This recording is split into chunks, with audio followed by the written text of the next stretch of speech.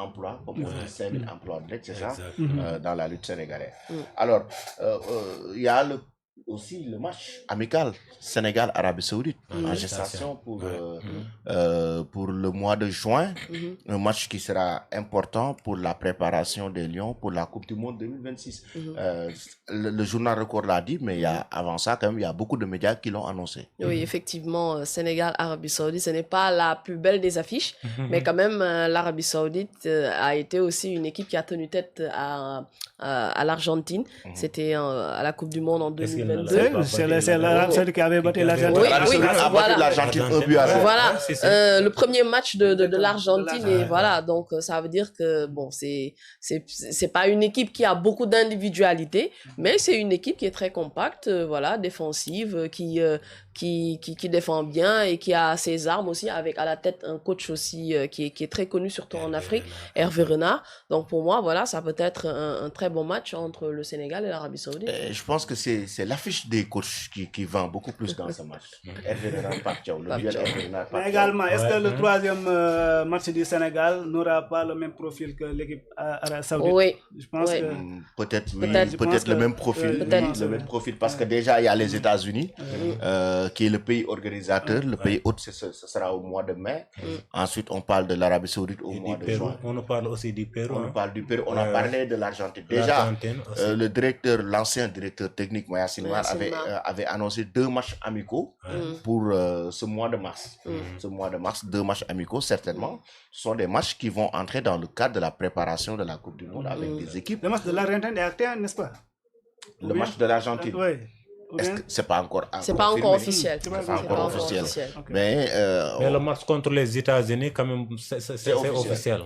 Programmé au mois de mai prochain, si je ne m'abuse. Le 31. Le 31 mai. Oui.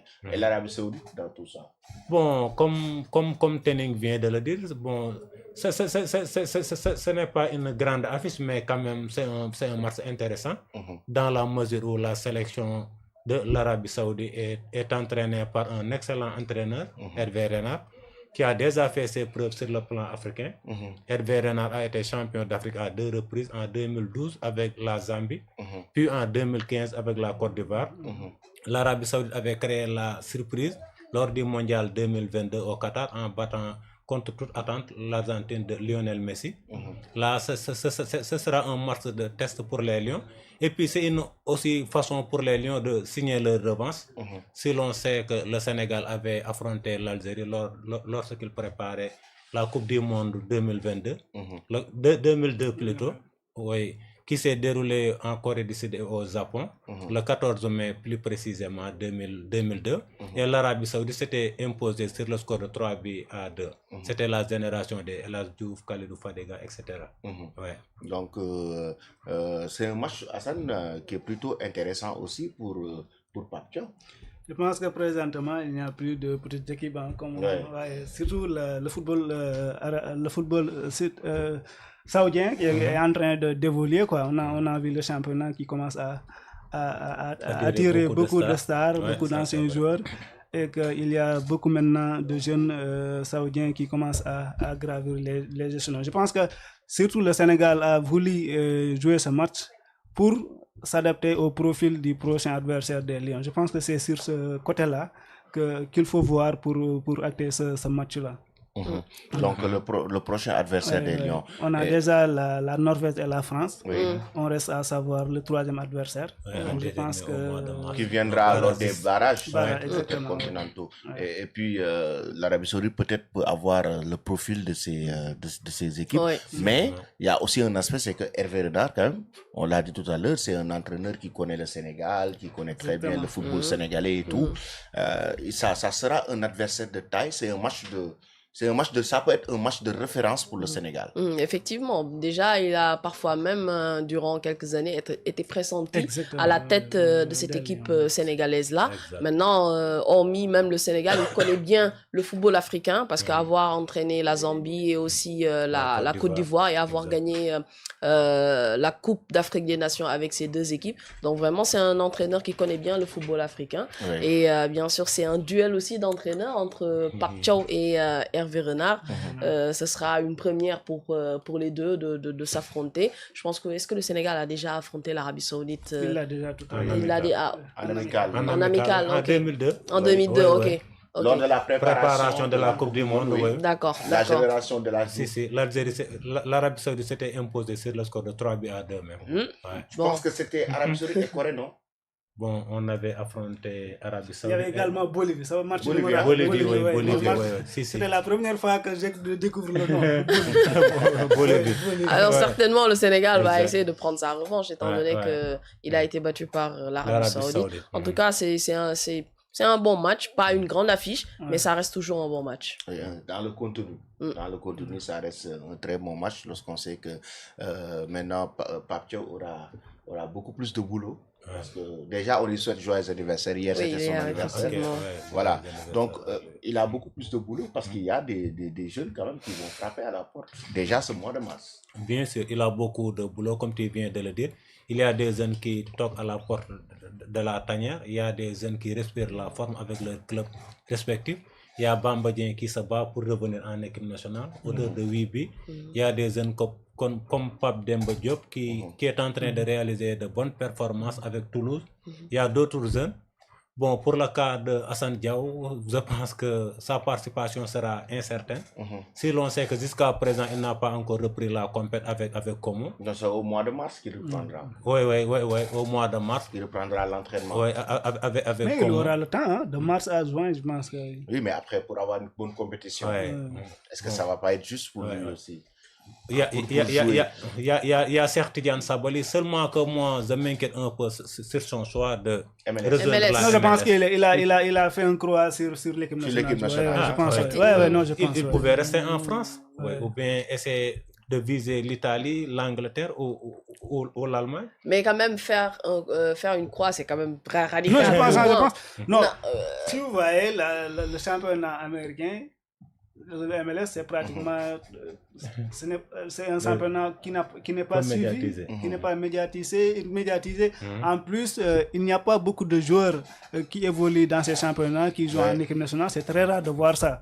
Il y avait Bounou Koundoul qui avait réussi cela, mais à part lui, je ne pense pas qu'un autre joueur a pu faire cela. Mais c'est paradoxal parce que lorsque quand même Sadio Mané rejoignait l'Arabie Saoudite, n'est pas d'accord, mais il faut aussi dire que la MLS là-bas joue le meilleur joueur de toute l'histoire du football. Effectivement, Voilà. mais ça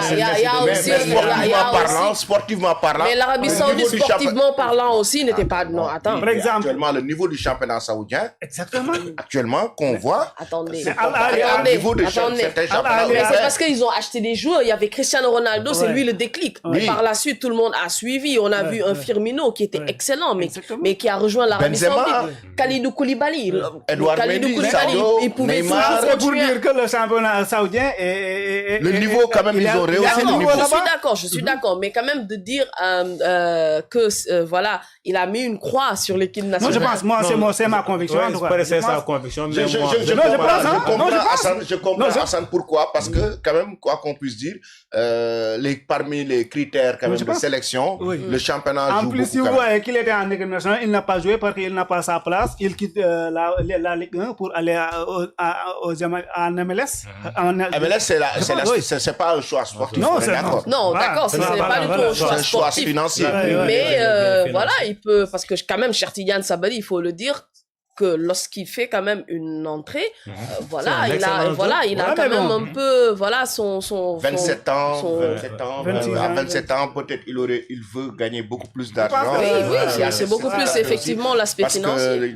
Certes, on aurait voulu le voir toujours en Europe, dans un autre club européen, mais bon, il a choisi la MLS, mais on ne sait jamais, peut-être qu'il peut toujours faire partie de cette équipe-là pour aller à la Coupe du Monde. Moi, je pense qu'il a même sa chance sur la liste de l'équipe nationale pour la prochaine Coupe du Monde. Déjà, Pape Thiaw connaît ses qualités, il l'a vu à l'œuvre. C'est un joueur pétri de qualité. À chaque fois, quand il fait son entrée en seconde période, il change le cours du match. Oui. Bon, certes, il a fait un mauvais choix. On peut connaître la qualité d'un joueur, mais la forme du moment, ça joue beaucoup. Par exemple, Nampalis, on connaît tous ses qualités. Mais au moment de la carte... c'est une exigence. Maintenant, en fait, il faudra maintenant qu'il travaille. Même s'il part en MLS. Après, la performance va beaucoup jouer. Tout ce qu'il doit faire, il doit le multiplier maintenant par 2. Même s'il est performant là-bas, il aura du mal à être suivi par les Sénégalais. Exactement. Je pense. Parce que même là-bas, tu es performant. Face à Ibrahim Mbaye performant. Le championnat n'est pas médiatisé. Non. En MLS, non. Je le suis que les matchs de Messi et par Birib.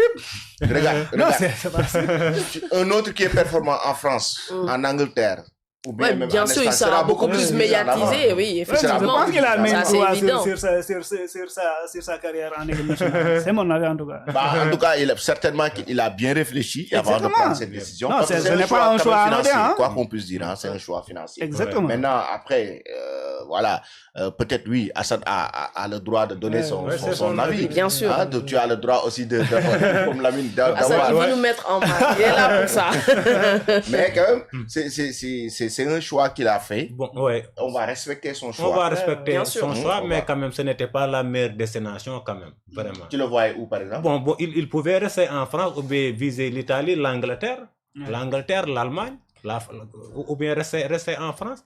C'est un joueur pétri de qualité. Aussi, il a eu les propositions adéquates pour pouvoir rester en Europe. Oui, parce que là, son transfert s'élève à 1,5 million d'euros, d'après les informations que j'ai eues. Là où, dans un moment, il n'a pas obtenu beaucoup de temps de jeu avec le FC Metz.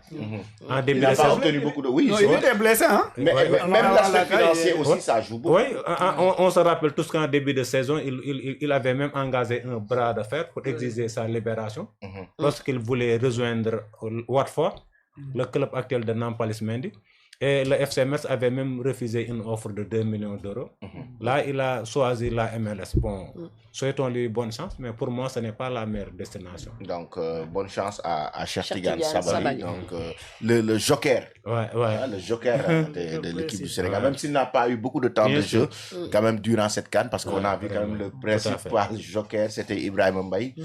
C'était lui qui réglait la situation à chaque fois qu'il rentrait en deuxième période. Et actuellement, ça bouge beaucoup dans ce mercato pour les joueurs sénégalais. Pourquoi? Parce qu'il y a la Coupe du Monde en ligne de mire, parce qu'il y a pas mal de joueurs quand même. On a vu Mamadou Sarr qui a rejoint Chelsea, qui retourne à Chelsea. C'est pour avoir quand même pour être beaucoup plus performant. C'est ce qu'il attend au mois de juin. Et il y en a d'autres. Il y a cela quelques mois, on avait vu Habib Diallo qui avait quitté l'Arabie Saoudite pour revenir en France. Au moment où certains reviennent, ou bien d'autres vont dans des clubs beaucoup plus huppés pour avoir du temps de jeu, c'est pour convaincre l'entraîneur. Tout à fait. Ah oui, le mercato, quand même, à 6 mois d'une Coupe du Monde, c'est pour convaincre l'entraîneur, on est d'accord. Oui, c'est pour le temps de jeu. Ce n'est pas seulement en fait pour les joueurs sénégalais, même pour les joueurs des autres nations. Tout le monde est en train de chercher vraiment du temps de jeu ailleurs, quel que soit bien sûr le club, pour pouvoir rebondir. On a vu vraiment des transferts. Ça, dès lors que tu vois les transferts, tu sens que le joueur il a besoin de temps de jeu, parce que quand même la Coupe du Monde, c'est la plus grande des compétitions. Et je pense que voilà, tout joueur souhaiterait rêverait plutôt de jouer une Coupe du Monde. Ça c'est évident. C'est très évident. Donc la Coupe du Monde qui reste quand même une compétition majeure, la grande messe du football mondial. C'est un rêve de tout footballeur de jouer cette Coupe du Monde. Et les joueurs actuellement de cette équipe du Sénégal, il y en a plusieurs, comme tu l'as dit tout à l'heure, Andy Diouf. Andy Diouf. Qui est tellement en forme ces moments-là. Mais on ne parle pas de Malang Sarr. Non, Malansar, les Malansar, les Andy Diouf, moi j'ai mis une place sur le terrain. Non, c'est là. Qu'ils soient les meilleurs au bon, je n'en veux pas. Non. C'est un choix par défaut, tu penses? Oui, si, c'est par défaut, surtout Andy Diouf. Andy Diouf, il a voulu quand même mettre l'accent sur l'équipe de France, on est d'accord. Mala, à l'époque, lorsqu'il était à Chelsea, Aliou Cissé l'avait convoité pour le Sénégal. Il soit le meilleur milieu de terrain du monde. Ça va quoi. Donc le choix par défaut aussi parfois ça pose problème, mais actuellement le Sénégal c'est l'attraction. Oui. C'est l'attraction, et durant cette Coupe du Monde tu verras beaucoup de binationaux qui vont manifester leur choix. On a vu l'appel de Ibrahim Mbaye qui leur dit de venir, de venir en fait jouer dans cette équipe sénégalaise là, parce que quand même l'équipe du Sénégal c'est une vitrine. Exactement. Là, maintenant c'est le même standing que l'équipe de France. Voilà, c'est une vitrine, et puis voilà, il peut venir jouer les coupes d'Afrique. Le Sénégal s'est qualifié durant ces dernières années fréquemment en Coupe d'Afrique et bien sûr en Coupe du Monde. Donc voilà, ça fait maintenant partie des plus grandes nations du football. Ouais. Ouais, ça fait partie. On est 13e mondial, hein, ou bien? Oui, on a gagné, Ouais, ouais, beaucoup de classement. classements. On était 13e. 17e, je sais pas, 18e. Ouais. Et maintenant, 19e. 19e. 19e. Ouais. Donc là, le Sénégal. Mais il y a toujours le Maroc qui est devant. 12e. Ah, bah, bah. Mais maintenant, C'est 12e. maintenant, vous êtes content. Ouais, ouais. Vous avez dépassé l'Arabie Saoudite. Pas les États-Unis. Le Sénégal a dépassé. Et quelle équipe encore? Parce que ça avait suscité un débat ici. Oui. Le classement du Sénégal. Mais on mais quand même, on la CAN a comprenait beaucoup pas, joué. oui, on comprenait pas quand même que les Ce classement États-Unis mensuel, oui. soient en fait devant le Sénégal dans ce classement-là au niveau FIFA. Maintenant, bon, avec bien sûr la Coupe d'Afrique des Nations, je pense que voilà, ça s'est amélioré. Ça s'est amélioré. Ça s'est beaucoup amélioré. Toujours pour ces binationaux, on a parlé de Andy Diouf, mais il y a un jeune, je pense qu'il n'est pas binational, mais il est très talentueux, un gaucher, Ousmane Sow. Je ne sais pas si vous le suivez. Exactement. Qui évolue. Exactement. On a Voilà. évoqué Je pense son qu'il nom faisait avant la partie CAN. des réservistes. Exactement. Il faisait partie des faisait réservistes. partie des réservistes. Ouais, donc, mais c'est un jeune très talentueux, Ouais. donc que j'ai vu quand même ces derniers temps, que j'ai découvert en tout cas pas longtemps. C'est perdu avant la CAN, mais il est très talentueux quand même avec sa patte gauche. Je pense que la Seyni c'est son joueur. Mais quand même, je suis parti voir ces matchs, mais il est très très bon. Maintenant, c'est à lui quand même de convaincre le coach. Je pense que Pape Thiaw aura encore plus du mal à dormir. Parce que maintenant, voilà, certes, il a son groupe, ça aussi, il faut le dire. Il a déjà 95% son groupe. Il restera maintenant, voilà, de peaufiner un peu, rajouter quelques joueurs et tout. Mais il va avoir vraiment du mal à dormir. On espère bien que la Coupe du Monde, quand même, la liste sera beaucoup plus élargie. On aura peut-être 28 ou 30, j'avais entendu cela, qu'on parle de 28 joueurs ou 30 joueurs pour avoir une liste beaucoup plus élargie, parce que 26 quand même, ça peut être juste hein, Très juste. pour le Sénégal en tout cas. Mais on ne peut pas amener quand même tous les joueurs. C'est impossible. Seuls les performants, les plus performants bien sûr, vont être Qui pris. choisit élimine. Oui, qui Comme on choisit, dit, qui choisit, élimine, élimine. effectivement. Alors, au-delà de ce match, il y a aussi l'autre information, c'est que le procès des 18 supporters sénégalais arrêtés au Maroc, à la suite des incidents survenus lors de la finale de la Coupe d'Afrique des Nations, a été renvoyé le jeudi 12 février par la justice marocaine. Donc, initialement prévu ce 5 février, c'était hier.